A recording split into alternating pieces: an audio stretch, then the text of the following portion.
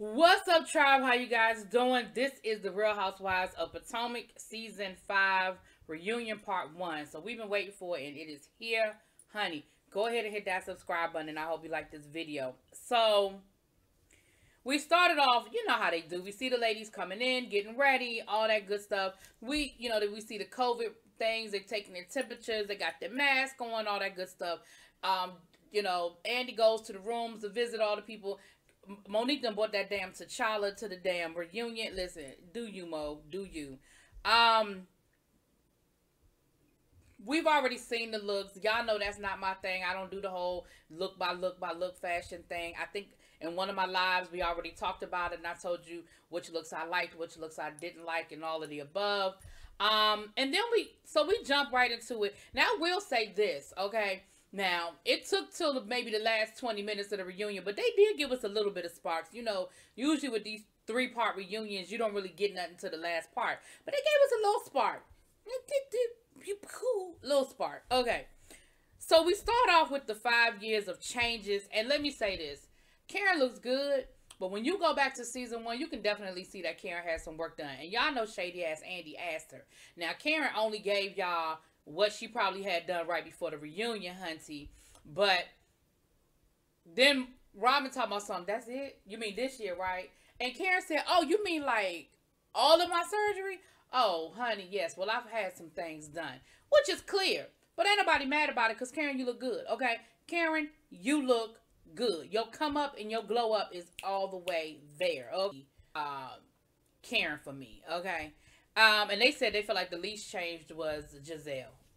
Now, from there, they went into Giselle's fashions, honey. And, of course, that was a whole moment between her and Karen. And then from there, they sort of, again, shady-ass Andy, again, goes around the room and wants to ask what do they feel about Giselle's fashions. And, honey, even her friend couldn't clean it up. She tried, though. She tried. She said, well, I do think that Karen makes some that Giselle makes some bold fashion choices, and they work for her. So you was fine with the first part, but the second part is not accurate, Robin. They don't work for her. They don't at all. But all of them, I mean, even her ride or dies. And Wendy was even like, when Andy asked child, I can't even get it out. When Andy asked Robin, right? Even Wendy was like, now, Robin, be honest. Gonna be honest. I said, damn. So everybody, and then they tried to call Karen out for wearing fake Fendi. You know, from what was that? From Candace's from the sip and see for Dean. They called that out, and Karen said she had the shirt altered. She said it is real Fendi. She said, but when she said I had to get it altered because the way it was too big and it showed too much, whatever. And I'm gonna be honest with you, I believe Karen. I don't believe that Karen was wearing no fake damn Fendi, knowing she was being filmed, knowing that they picked that shit apart. Like, I just don't believe it. Now, if you had said that all of y'all wore that same damn Fendi cape in just 3 different scenes throughout the whole season, then I'd be like, well, yeah, that Fendi cape was probably borrowed from the stylist. But I just don't believe that Karen. Now, now let's be clear. We know that Karen do be lying about stuff. But I don't think that was one of them. Okay, that's just me. That's my 2 cents. Then they got to talking about Wendy and her 4 degrees. Ashley said something very valid. Ashley said, no one is begrudging your accomplishments. We're proud of you, and it's a great accomplishment. The problem is that you use your 4 degrees as a weapon in a very condescending manner, almost in a way to put other people down as if they don't have what you have, they're not worthy. And I think that is a very accurate way of wording that. I think that's a very accurate way of wording that, because that's exactly what you do, Wendy, which is the reason why people are irritated as fuck every time you open your mouth. And instead of backing off of it and saying, because I think she did say, well, I didn't mean it that way. But then you kind of double down on it. Well, in the Nigerian culture, education is key and it's paramount. And we are proud of our education, and we're this and we're that. And once again, what you're saying without saying is we care about education where you lowly Americans don't. I mean, that's what you're saying without saying it. Like, we all know those cold words. Like, I said that in one of my other reviews, that you got to read between the lines, and those cold words that she's using. Like, we all know what she's saying. Like, it's not a, we know what she's saying. But anyway, Wendy and Karen, they brought up the fact that Karen, they said that, you know, Giselle and Robin and them said that Karen was trying to get Wendy kicked off the show. Now, this is one of those moments where Karen started that side. So you can always tell when Karen lying, because Karen starts that sidestepping shit. She starts that. Karen, you was trying to get her kicked off the show. You can tell. Karen said, I wasn't trying to get Wendy kicked off the show. I simply said that me and Wendy aren't clicking. I want to know, and nobody asked, and I'm surprised that Andy did not ask this question. Andy said, why didn't you ask, listen, Wendy said that y'all know each other well. You said y'all know each other in passing. You did say that y'all have been on board, on one committee together, but why are you acting like you totally did not know this woman when you knew her? Because Karen was acting like this woman was a total stranger. And then she did admit, well, we were on, you know, committees together. Girl, Karen, you just don't like her and it's okay. But stop acting like you don't know that woman. And I'm really surprised that Andy did not ask that question. I was shocked that Andy didn't ask that question. But anyway, we sort of kind of went on from there. Oh, Lord. Then they got to Candace and her song. And Candace was throwing all kinds of shade over to Ashley. And let me say this. Ashley, you deserve that shade. Because you was trying to throw shade and talk shit about Candace's song when that damn Coffee and Me song was hot buttered trash, okay? You sounded like hot buttered trash. Your video was hot buttered trash. And every time you sang it live, you sounded like hot buttered trash. Let me be clear. Y'all know how I feel about Candace and her damn reckless mouth. But in that moment, I was with Candace. With Candace. From there, they did start talking about Candace and her reckless mouth. Now, Candace, let me tell you something that I know. When your boss is giving you some advice, you probably need to take heed to it. Andy point blank said, Candace, your life would probably be a lot easier if you laid off the Twitter a little bit. I think he was kind of giving you some advice, girl. But everybody, even Giselle and Robin talked about how lethal your mouth is on Twitter. And how you do too much, you go too far.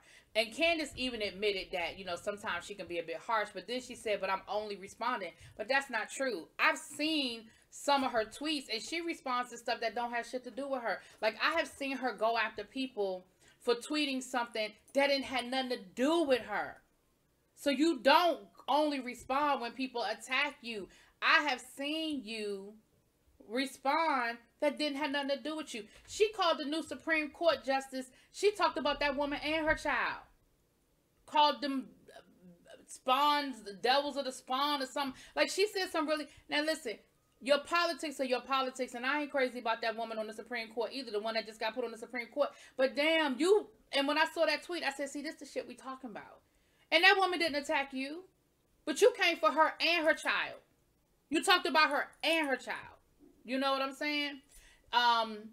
Then her and Ashley sort of went back and forth, and Ashley was talking about, well, you said this, and it took you this long to apologize, and you said this about my kids and my this, and then here come Robin. Well, you was talking about my kids too. You question all my decisions, and you question my situation with my kids. So don't stand up here and act like, you know, you so self-righteous because you did it with me and my kids. And on that note, Robin, you right. You right.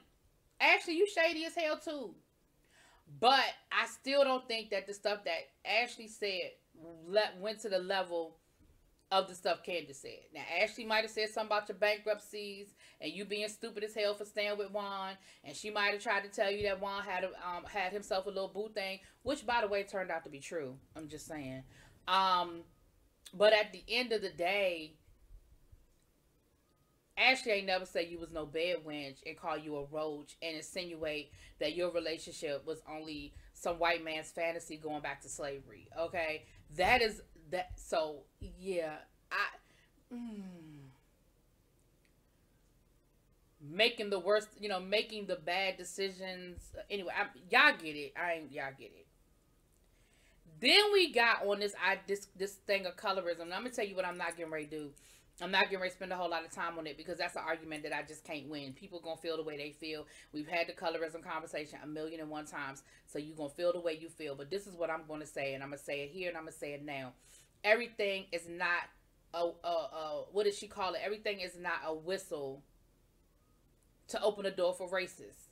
If you are acting in an aggressive manner, I'm going to fucking say the word aggressive. Whether you light skin, dark skin, black, white, red, tall, short, whatever. If you're being aggressive, you're fucking aggressive. Period. Period. For y'all to make it seem like people say that Candace is aggressive just simply because she's not as light as, and that now all of a sudden that's you know, and again, we know that they have used terms against black women, and we know that colorism exists. I am not going to say that colorism doesn't exist. It does. But Wendy, you are fucking aggressive. It ain't got nothing to do with whether you light skin or dark skin. And for you to say, well, people need to choose different words, what? So I got to pull out a thesaurus. You're aggressive. If I find 5 synonyms for the word aggressive, it still fucking means the same thing. It means aggressive. And now Ashley can't say it, Giselle can't say it, Robin can't say it because they light skinned. That's bullshit. And that's my opinion. And y'all can say whatever y'all want to say in the comments. I don't care. Then we got to talking about Every Hue Beauty. Well, Giselle said that the manufacturer that made it shut down because of COVID, and that's why Every Hue Beauty is closed.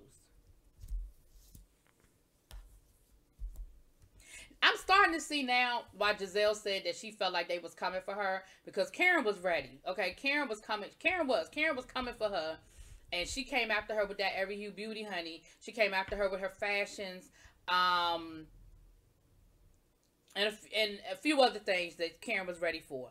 But baby, then they got on Jamal. What they do that for?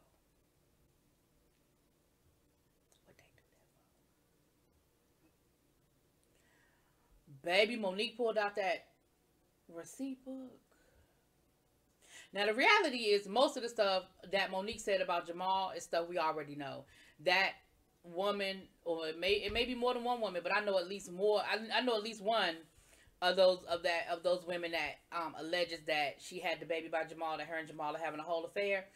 She has reached out to a few YouTubers, and I know my boy Giving You the Real Tea did an interview with her. Y'all can go back to his page and y'all can check it out. I know it was another YouTuber. I don't remember the woman's name right now. My apologies. She did an interview.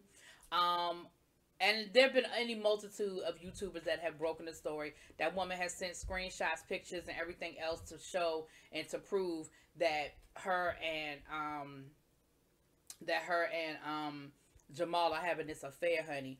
And of course, it was uncomfortable, you know, because they were like, Monique, well, what is your motivation for this? Why are you doing this, Monique? Why are you doing this, Monique? But Monique was here for it. And Monique was like, well, listen, that woman reached out to me, and when she reached out to me, I was like, well, I'm not even trying to be here for this. I ain't here for it. But then you want to play dirty, so now I'm playing dirty with you. Okay, you guys, you want to be dirty, then I'm dirty back. And she,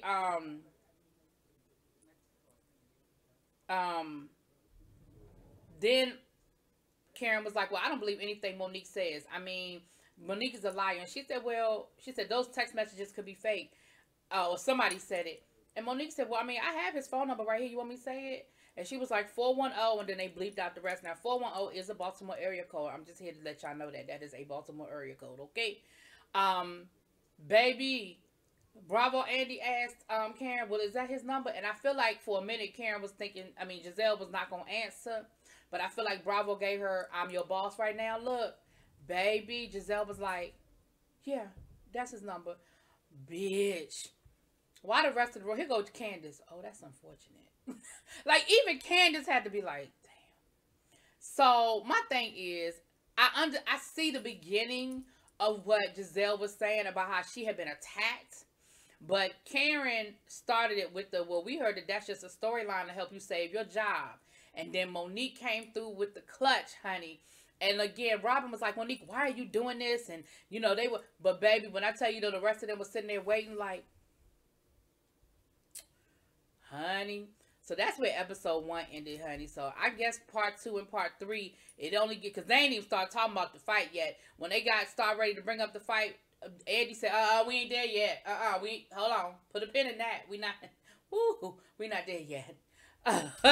So anyway, that was part 1. Y'all let me know what y'all thinking. How it's rolling for y'all. Talk to y'all later.